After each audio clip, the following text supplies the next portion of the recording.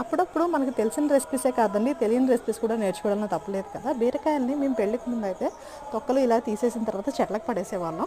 ఇప్పుడైతే మా ఆయన వాళ్ళ ఇంటి దగ్గర బీరకాయల తొక్కలతోటి చట్నీ చేసుకుంటారని తెలిసింది, ఇంకా దోశ పోసుకుంటారని తెలిసింది. సో అందుకని నేను ట్రై చేసి మీకు చెప్తున్నాను, నాకు సక్సెస్ అయిన తర్వాతే.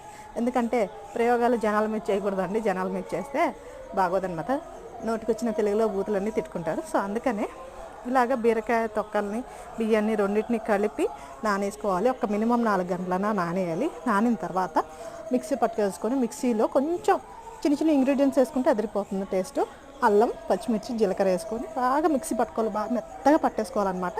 తర్వాత దోశలాగా వేసేసుకొని ఆయిల్ వేసేసుకోవాలి. ఆయిల్ కానీ నెయ్యి వేసుకుంటే ఇంకా పర్ఫెక్ట్ ఉంటుంది. తర్వాత ఇలా ఖచ్చితంగా మూత అయితే పెట్టాలండి, లేకపోతే 50-50 ఇది కుక్ అవుతుంది, గుర్తుంచుకోండి ఎప్పటికైనా సరే.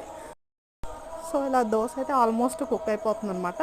రెండో వైపు టర్న్ చేసుకొని కొంచెం బాగా కాల్చుకోవాలి. కాల్చుకున్న తర్వాత బీరకాయ పప్పుతో తింటే సూపర్ ఉంది అసలు.